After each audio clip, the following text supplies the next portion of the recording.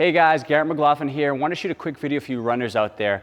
Are you someone who suffers from calf tightness or calves that really tighten up, start to spasm as you hit a certain mileage? What we need to consider if you feel calf tightness is, do you have the necessary strength and endurance at the calf to continue to run at the mileage you're running at? What I mean is, a lot of people say, hey, once I get to mile 8, 9, 10, my calves tighten up. I'm not sure what's going on or why that is. Something's wrong with my calves or my Achilles, or why are my calves tightening up? First thing we want to do is actually rule out strength and endurance. So just testing side to side. We think of, again, if I was supported here, if I did 20 to 25 calf raises, right side, left side, does one side feel more difficult than the other side? Is that the side that does tighten up more so as you get to the higher mileage? So ruling out a strength or endurance issue is very important from the beginning, but also looking at other joints and other areas. So the hip joint in particular, if we have any limitation in extension,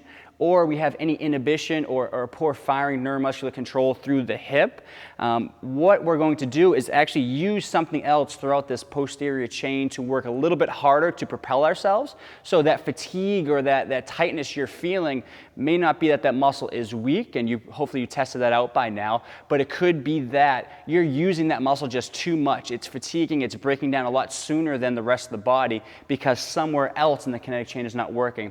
Couple strategies to help just investigate a little bit more, looking at the Thomas test. So at home, if you're at home right now, you can jump on your kitchen table, jump on a nice flat surface that you're more up above the ground. We don't want to be too low because it's going to limit this test, but sitting just barely on the edge of the table, if I laid back and pulled one knee to chest, so I'm pulling my right leg here comfortably, my left leg is hanging down, you can see, okay, where does that left leg go as I pull this right leg back and I lay flat on the bench? Is my right knee above my hip joint? I'll show you from this side. Is my knee above my hip, meaning I have tightness through this anterior hip flexors and capsule?